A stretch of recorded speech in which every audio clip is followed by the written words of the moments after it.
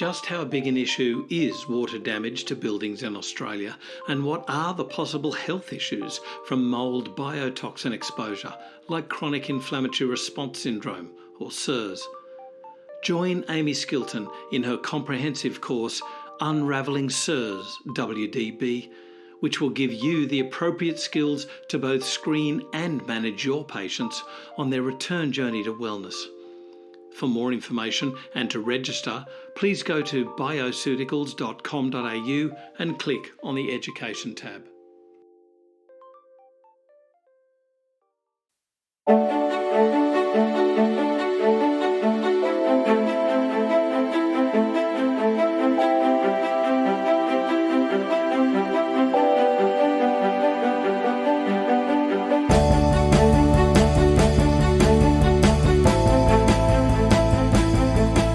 This is FX Medicine. I'm Andrew Whitfield Cook. Joining us on the line again today is Kira Sutherland, who's an Australian naturopath and sports nutritionist with more than 20 years in clinical practice. She is the current sports performance nutritionist for the Sydney Marathon and Running Festival. Kira divides her time between clinical practice, lecturing at the undergraduate level, and mentoring practitioners of complementary medicine in the application of holistic sports nutrition. As a keen endurance athlete herself, Kira has participated in many Ironman distance events and marathons and is an avid cross-country and downhill skier, thus providing her with a solid foundation of practical experience to add to her academic and clinical background. And I warmly welcome you back to FX Medicine, Kira Sutherland. How are you, Kira? Oh, I'm really good. I'm excited to be back. Thank you so much for joining us today. Yep. We're going to be talking about women sport and what we don't know. So Let's start with women in sports research. Is there a lack of research, and why? So is there a lack of research? There is. In the past, there's been a huge gap in the research. The last kind of 5-7 years, there's a much bigger push. There's a lot more funding to know more about women, especially in sports nutrition. So it's a blossoming area, but yes, there is a great lack of actually knowing the difference between how a female body versus a male body responds under certain sporting conditions. Absolutely. Now, you're saying only in the last 5 to 7 years, so that's a lack of longevity there. We don't know long-term effects apart from what we haven't looked at. So, I guess where I'm going here is I made a comment to somebody once about the lack of research, and they said, no, there is research. So what's the state of play here? Is there actually misinformation out there about the research? Well, there is research, but then there's also just a lot of gaps that we don't know, where we've taken men and women and we've clumped us together within clinical trials, and we've not teased out the information between the sexes. I'm not saying that there's no research, because there's some amazing research that's been going for years looking at women, but overall in sports nutrition, a good 60-65% of clinical research is done on men, often kind of college age guys that are, 70 to 80 kilos, because those are the easy people to test. And so we don't have a grand depth of how women respond differently. And there is now a big push to actually figure this out. So there's a whole gold standard there that's totally incorrect. Yeah, well, we don't know what we don't know. Testing women, and I get why we haven't tested women in the past. Getting funding for research is always difficult.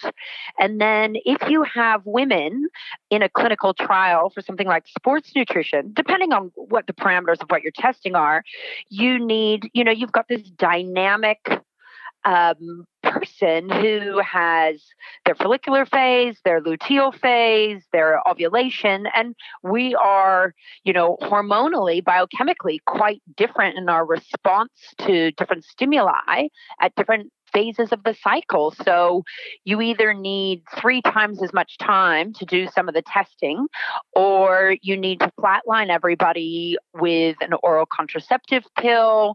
And then the question is, are you actually testing a female body and how they respond, or are you testing a female body on the pill? you made a very interesting point there about the time to conduct a research.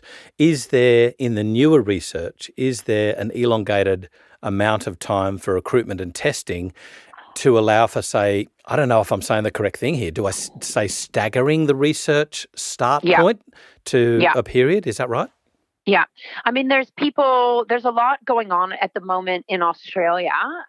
There's a couple researchers up in Queensland actually looking at, how do you test women? There's actually I'll send you the paper about that just came out. It's not Australian, actually, about how we should go about testing women in sports nutrition and exercise physiology. So there is a new paper on it. I don't have it sitting in front of me, but I will get you the link. We now have parameters of how we should be doing this because, the follicular phase is a very different response to very different. I should be careful with my adjectives there. It's we can potentially respond differently to stimuli when we're in what you would call our low hormone phase versus post-ovulation, which is, much higher hormone phase. And, it might not be grand differences, but it's enough that we need to understand it. Have these parameters been set out by knowledgeable women? Or have they been set out by men? Yeah. Both. We have both researchers looking at this, and both sexes are looking at this research. There's an amazing PhD, Dr. Kirsty Elliott Sale up in the UK, who's really leading the charge on a lot of this and looking at women and health and periods and sports science. So she's doing wonderful things. Dr. Stacey Sims out of Otago is doing amazing things. So there is a drive for it, and there are some male researchers on that forefront of women's research as well. We're not being sexist in who's researching. No, but I guess my comment was also almost reverse sexism against males as well. Yeah. Okay, so misinformation. Is there any misinformation? Or missing, we could even say missing information. But again, it's that we don't know what we don't know. Right. If we look at, I've been doing sports nutrition for over 20 years. And when I studied postgrad, you're given sports nutrition, and then there was, and a lot of sports nutrition books are like this as well. You have a chapter on, quote, special populations, and you have teenagers, disabled athletes, eating disorders, and then you also have females as a special population. And I get what they were doing, and they weren't trying to do it incorrectly, but we're not a special population. We're 51%. That's right. 51% of the population. And a lot of people will defend and say, hey, but there's a lot more men in professional sport, although that is now changing as well. If you look within Australia, the number one growing sport for women is AFL. Yep. And we had 500,000 females sign up to play AFL last year. That's pretty good for a 25 million population. That's incredible. Country. Yeah. Yeah. So we're not as, there's a lot more male, professional sport, but that doesn't mean we're not trying to be there playing sport, whether it's professional or amateur or just grassroots sports. Okay, so as a female athlete, have you, heard dialogued about, they say to do this, but that's rubbish. We all do this. Like, have you worked out what to do over a period of years anyway? Yeah, but you don't always realize, or I didn't always realize, it might have been a male-female difference, and it might not be. There's beautiful research about gut absorption and carbohydrates. This is mainly endurance events, and what the maximum absorption is of glucose or multiple transportable carbohydrates. So adding in more than just glucose, and there's research and meta-analysis kind of saying it doesn't matter if you're male or female or how big you are. We all kind of have about the same intestinal ability. You just have to figure out what you need individually. And I I get that, and it's strong research, it's a meta-analysis, but then you kind of go over the last 20, 25 years, I will often go to the bottom or just below the recommended volumes with women, or you end up there just out of that's where they feel the best. So Right. it's a long answer to the question, but yeah, the guidelines are guidelines. They're not rules.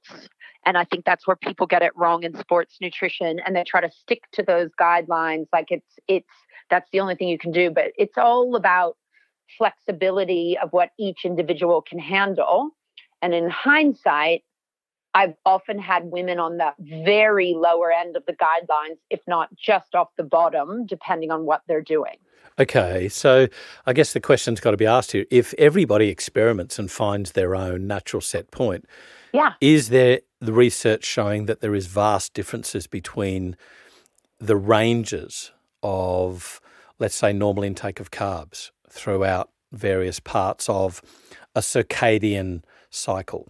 Yeah, that's interesting. Is it a vast difference? I don't think between males and females. Sorry, I think saying vast is probably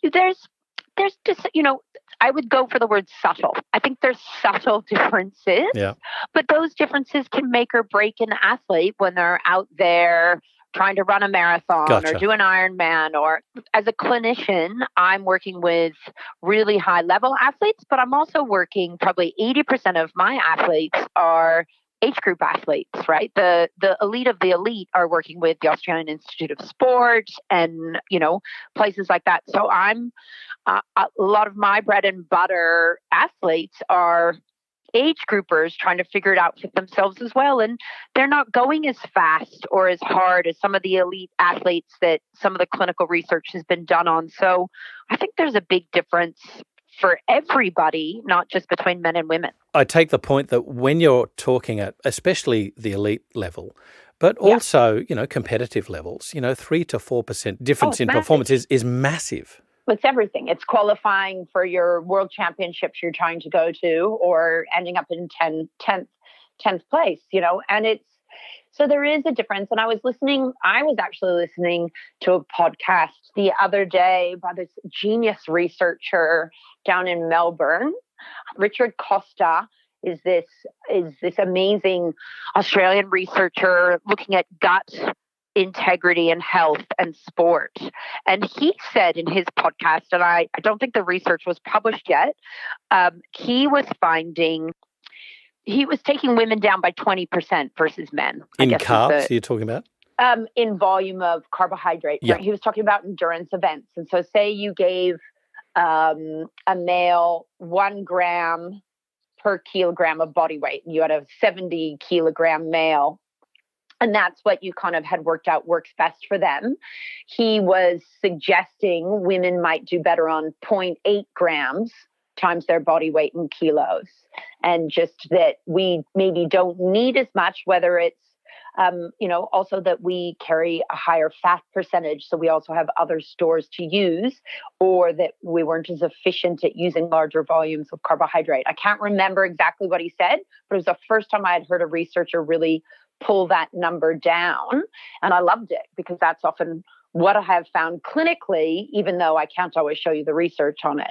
Okay, so that's counterintuitive to what I've learnt previously. What do you mean? In that women do require larger amounts of carbs. We're talking now in motion while racing. Right. I'm not talking about daily carb intake. I'm talking about ingestion of carbohydrate per hour, say while you're doing a 7-hour bike ride or a marathon or something like that. He was suggesting that they might actually do better on slightly less. So there's a whole conundrum in itself, the preparation versus racing intake. Yes, absolutely. It's, how we need to fuel in the week before an event, or if you do abbreviated carb loading, a lot of that's changed over the last decade as well versus what you actually ingest during racing. But that's getting down to kind of that nitty gritty of how you apply sports nutrition. But to bring it back to women versus men, they're starting to also look at, the way we carb load. Women don't get such a great glycogen volume versus men when they carb load. We're just finding these subtle differences between men and women, and then we need to look at the research and then how to apply it clinically. Is it actually going to make a difference if we change our suggestions for women or not? There's also that issue of how do women prepare hormonally before sports events? Do elite athletes commonly, as you said, use OCP to flatline in a prior month to a big event? Let's say the Olympics, let's say a triathlon or a marathon. Often it happens. Often people are put on whatever form of hormone works for them so that they're not having their period during really big events. But now we're starting to question, in some circles, should we be doing this or not? Or, there's a little bit of research saying being on the pill potentially doesn't allow for as good of muscle gain as people not on the pill. There's research showing both ways, right? And not very deep research. I'm going to say that right now. But then there's also the issue of the timing of between events. Events aren't necessarily every month. No. Even on the OCP, you're standardizing for a cycle. Well, and what we're finding is if you're on the OCP, you're kind of flatlining your body's own hormones, and potentially you're missing out on some great benefits. If you take the follicular phase, so the first 2 weeks of the cycle, starting with the period, this is where we're lower hormone. This is where we're more similar to men. And there is some research showing that this is where we have our best gains in strength and power, or we have just enhanced gains, I should say. I need to be careful with my wording there. This is where we feel great. We recover more quickly. We utilize carbohydrate really well. And we're such a dynamic, we're such a flux, animal in some ways. I don't know if I should say it that way, but there, we're not playing to our potential strengths if we're flatlining, and we're missing out on some hormones, the little bit of testosterone at ovulation and all that kind of stuff. Why are we not utilizing our body's natural rhythms rather than just going, oh my God, I don't want to have my period during my race? Whereas potentially you could feel better if you did. Yeah. So this goes back to my earlier question about, you're seeing good research in the last 5-7 years. We haven't seen this longevity in the research with regards to, bone health, heart health, skin health, fertility, all of these sorts of issues. So are they experienced by female athletes? Well, we just don't know, right? We're such an experiment of our own. Women have only been on the pill since the late 60s, early 70s. When have we been testing women and athletes? We don't know the difference of how we're responding. There is research that's come out recently about being on the pill being protective for connective tissue and not having, I can't remember if it was ACL injury or meniscus, it was knee injury, that potentially there's a lower rate of injury for women on the pill rather than women in their natural cycles, because there is a period of the cycle where everything's more loose and you're more liable to injury. And that sounds great, selling the pill to soccer players, so they don't have ACL injury. But what about all the cascade of other implications of being on the pill? We're not just two knees, right? There's so much else that can go right or wrong for women on the pill. And so team sports, is it common practice for the whole team to be on the OCP to basically control the hormones as a baseline, if you like, from a day in time? That's a great question, but I don't have an answer for you on that one. I don't tend to work with a lot of team sports, so I don't actually know what people are doing in that regards. Although I do know there's so much awareness happening. We're on that groundswell of women not wanting to be on the pill and wanting to have their cycles and be empowered with how they feel in the different parts of the month. So I don't actually have an answer for you on that one, Andrew. Yeah. There's another podcast and certainly other research. Yeah, absolutely. Yeah. So women, we're just in this really interesting phase where we don't, like we keep saying, we don't know what we don't know. Women could be performing better, potentially allowing their cycles to happen.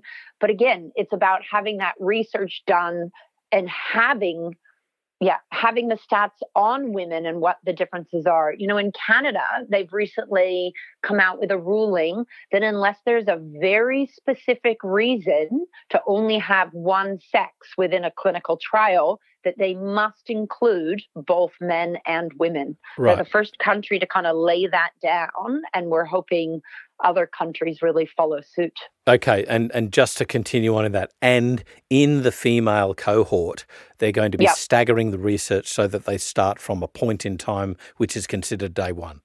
Well, you would have to, or it depends.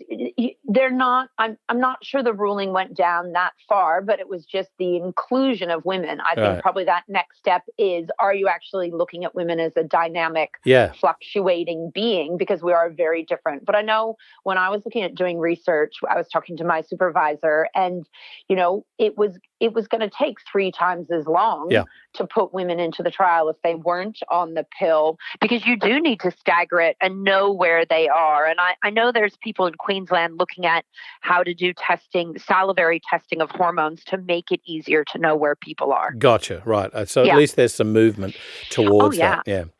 Yeah, there's beautiful movement, and we're getting there.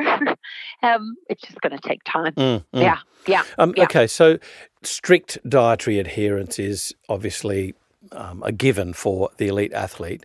Then you've got intermittent fasting, keto nutrition, body shape, and all of those dietary uses for body shape. Not just talking about running, but let's say powerlifting or team sports. We've mentioned those. Yep.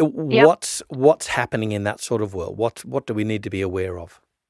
Well, oh my gosh, it's an interesting area, right? Because keto is so huge at the moment, and it does have incredible benefits in some realms of clinical practice. But again, where there's kind of two camps or two opinions on where and when it should be applied. There's great research on training fasted, when training fasted actually creates further adaptations for the body.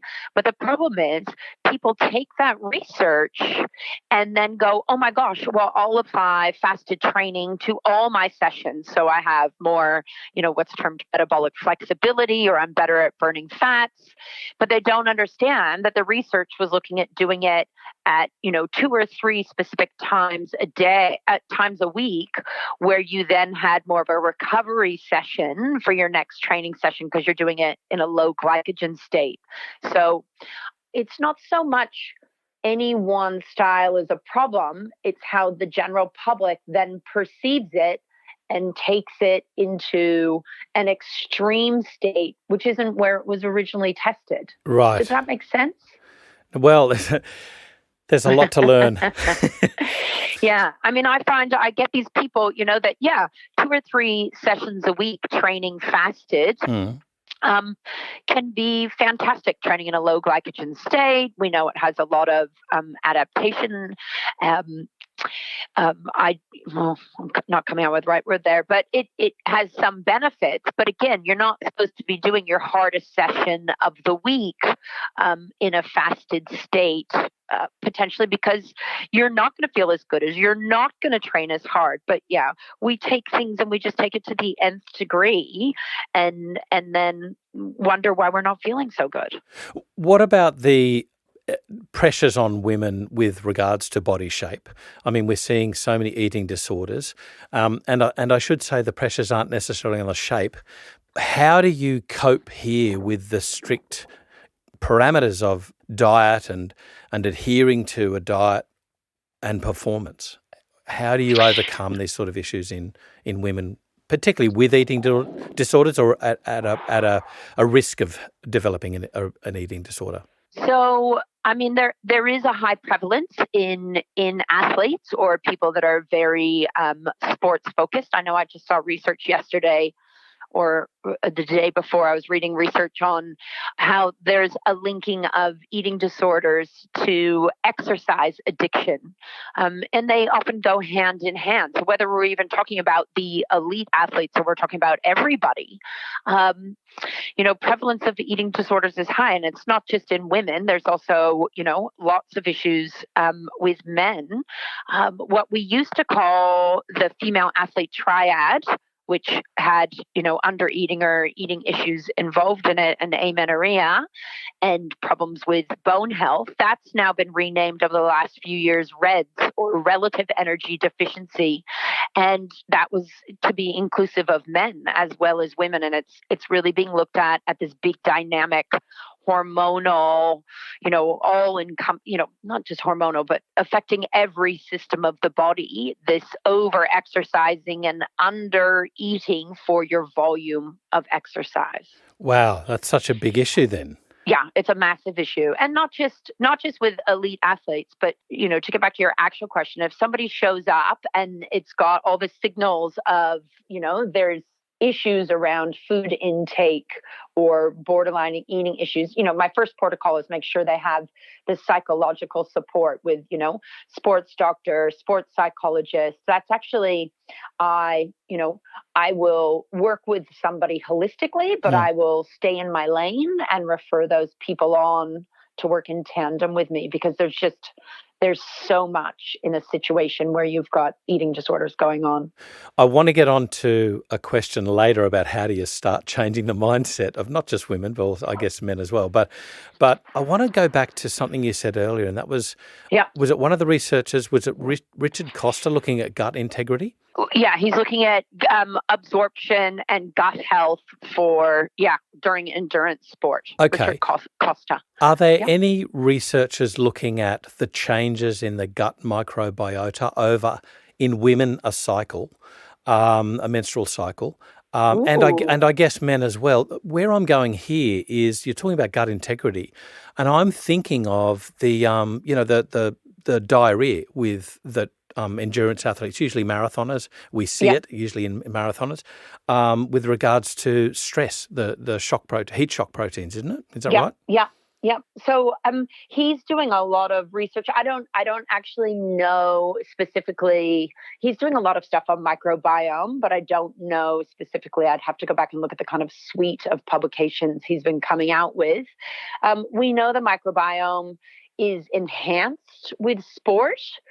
There is research, although I'm thinking of research that's done on male rugby players at this point, about athletes tend to have a bigger biodiversity of microbiome.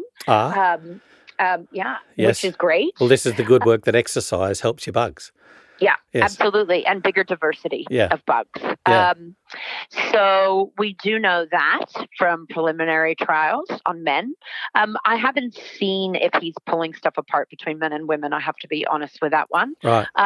But yeah, he's definitely heavily looking at endurance sport. And I think he himself is also very involved in endurance sport. So, Gotcha. I remember some earlier work, we're talking about a decade ago, by Dr. Cecilia Shing of University of Tasmania, looking at heat shock proteins, elite athletes, and I think it was fire personnel. Fire.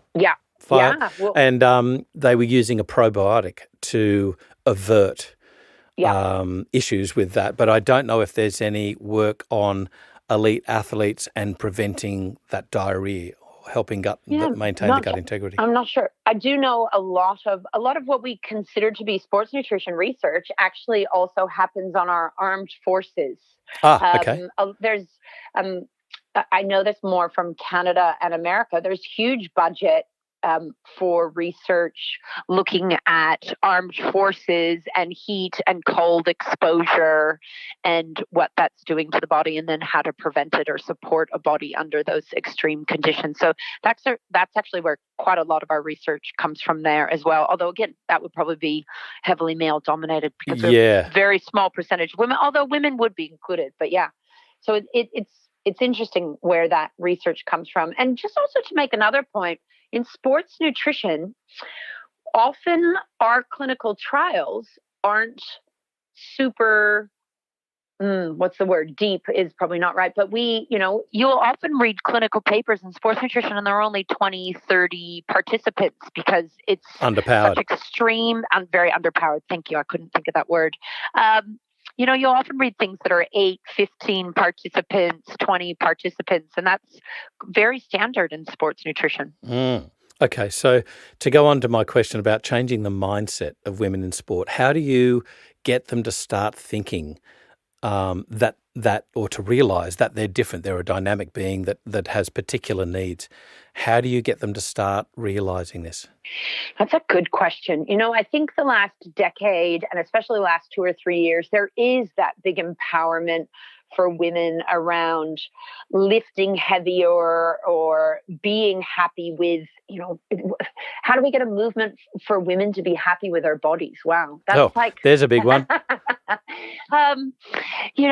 It's that, what is the ideal female body? I think it's really about, one of the ways I go about this, I guess, if you're asking me personally, is I talk to a lot of my clients about what their body type is, height, muscle mass, the whole thing. And what does their ideal body type look like? Not what does Vogue and society's body type look like? Like if you don't, you know me, but for listeners, I'm almost 5'10". I'm built like my Viking/Scottish ancestry. I would have been a great shield. You're intimidating as hell. Why they didn't hire me for that Viking show. So, I'm not going to be this super petite, I never should do gymnastics or, there's doing sport that you love just for the love of it, but there's also finding sports that suit your body type because you're going to excel in those sports and it's going to feel good. And then in turn, there's the self-acceptance when you feel like you're doing something great with your body. Right. Did that make any sense? Yes, absolutely. Yeah. I have a almost 14-year-old girl, right? So I've been a practitioner the whole time she's been around, and it's, I have that fear as every mom or dad especially of a daughter is around body image. Don't get me talking on social media, but and we're often talking about this is your body shape versus that is somebody else's natural body shape, and steering her towards sports where her body shape is an asset rather than an issue. Because it scares me when women do sports or girls do sports where their body shape isn't quite the best body shape for that sport. And those are the people probably at risk first. If we could just take a few little snippets of what you've done clinically, let's say in the last 3 cases, the last 3 patients that you've helped, what sort of things are common? What sort of things do you commonly come up against to have to change or to initiate in people? Oh my gosh, what a question. What are the things? One of my last clients had hypothalamic amenorrhea. So she, at some point while doing a strength sport, lost body fat, and she got below 17% body fat. Uh-huh.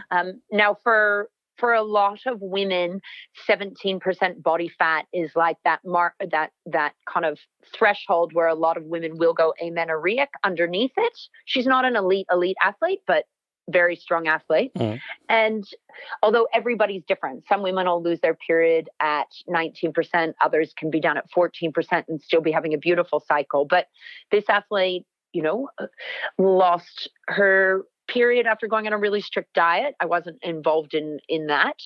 And so we've been working to get her cycle back. And it was a point of looking at bloods and actually going, I think you're still under eating for the volume of exercise you're doing. And so it's around the mindset of not being scared to eat. Yes.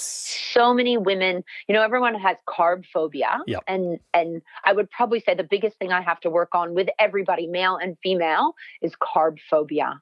We are so scared of it. Yes, there's a place for low carb. Yes, there's a place for keto, but there's also a beautiful place for healthy carbohydrates, especially if you're doing a bunch of sport, right? Yeah. And so it's retraining that mindset that it's safe to eat, and it's safe to eat carbohydrates. And some people may or may not agree with this, but I spend my life kind of trying to teach people, especially around exercise, that's your safest time to eat your bigger volume carb, because your body wants to turn it into glycogen, and trying to get them to let go of their fear around eating enough.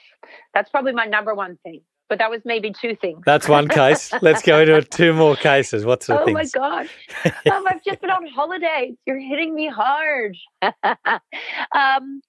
What else?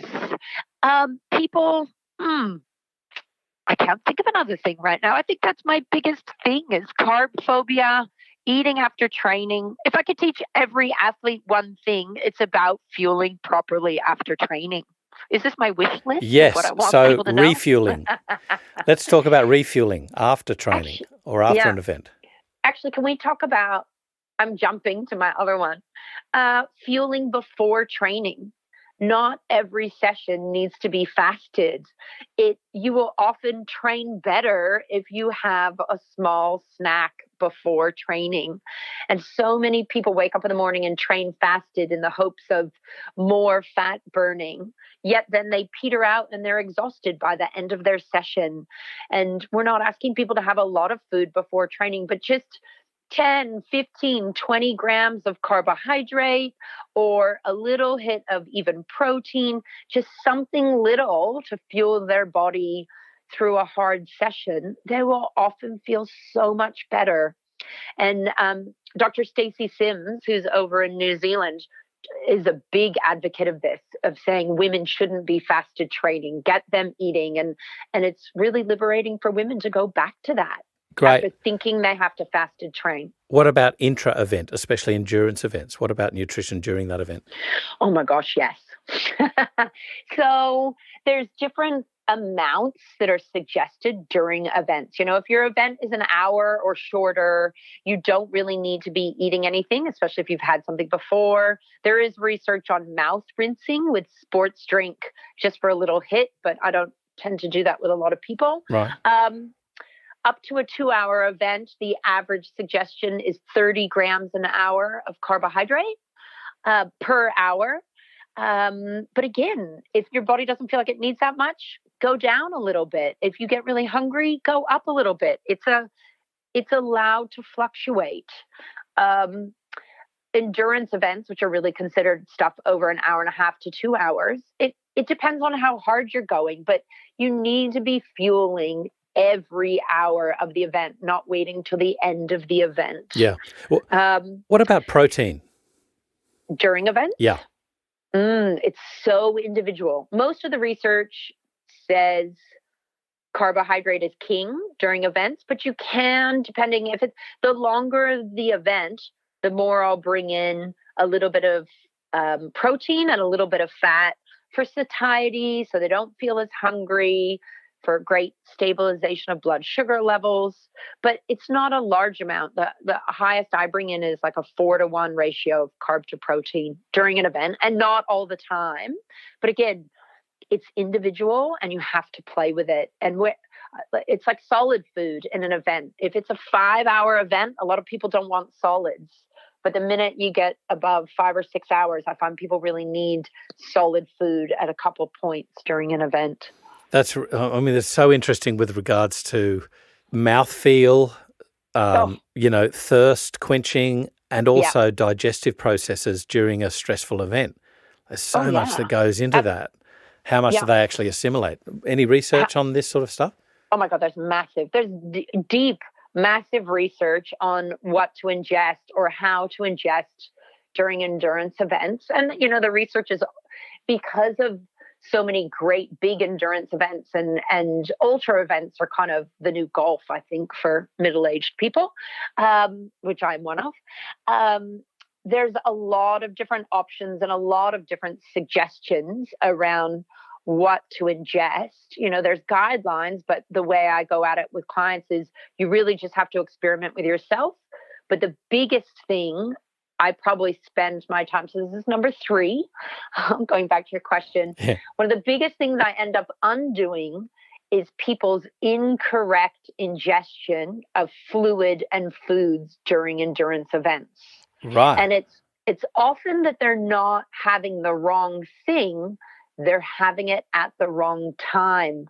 Timing is everything, so that they're not overloading their digestive system and causing a stomach plug, which in the end then causes either vomiting or diarrhea. Yep. So I spend my time, changing around literally the timing of how they do it, more so even than the volume. Yeah. Now you mentioned that 4-to-1 carb to protein ratio with Yep. solid food in extended events. Yep. Has that, when you said there's oodles of research, has that research been done on women? I don't know if I'm going to say I don't know. I can go back and have a look now. I bet you any money it hasn't. Or a lot of research has been done on men and women combined, but we've never pulled out the difference between the two. And I hope that research is being done now. And I'm sorry, I'm not further. My brain's been on holidays for almost 2 months. That's what I would love to see. That would be a really interesting thing to look at about the specific needs of women with regards to assimilation of these nutrients and their bodily requirements during an event. Absolutely. And, as far as endurance events goes, when we get to ultra endurance events, we're starting now to see women winning ultra endurance events overall because our bodies are actually built for endurance. Yeah. And the longer the event, the more likelihood is a female can actually excel even over some of the men. I mean, it depends on the event. And it's not about that, but it's about the fact that we need the research for the women. So I'm sure it is being done at the moment. I'm going to be really positive in that statement. And now I'm going to have to go look for the rest of the day. So I can send you some links. I'd love to say that my body type is more suited for power, but I think it's more suited for slumber. Well, it's like me. I love running, but I'm a really slow runner, right? I do triathlon, and the swim and the bike is great, and then it's just I'm a little bit of a plodder of a run, but it doesn't stop me from doing it, Yeah. Kira, there's so much more that has to come out from this. And I look forward to the day when you and I can have a chat and go, we have these results. That would be an amazing podcast. So we'll have you back on the show in the future when we have some more information to go on. But in the meantime, I love the work you're doing and the questions that you're asking and the people that you're helping with regards to their sports and helping them to achieve their goals. Well done. Absolutely. Oh, thank you. Thank you for having me. And it's exciting where it's all going for women. It's going to be slow, but we're gonna get there. And in the end, we might find it doesn't matter that much between the sexes for some stuff, and other stuff it does. So it's an exciting area that we're getting into. Well said. Yeah. Thanks for having me. This is FX Medicine. I'm Andrew Whitfield Cook.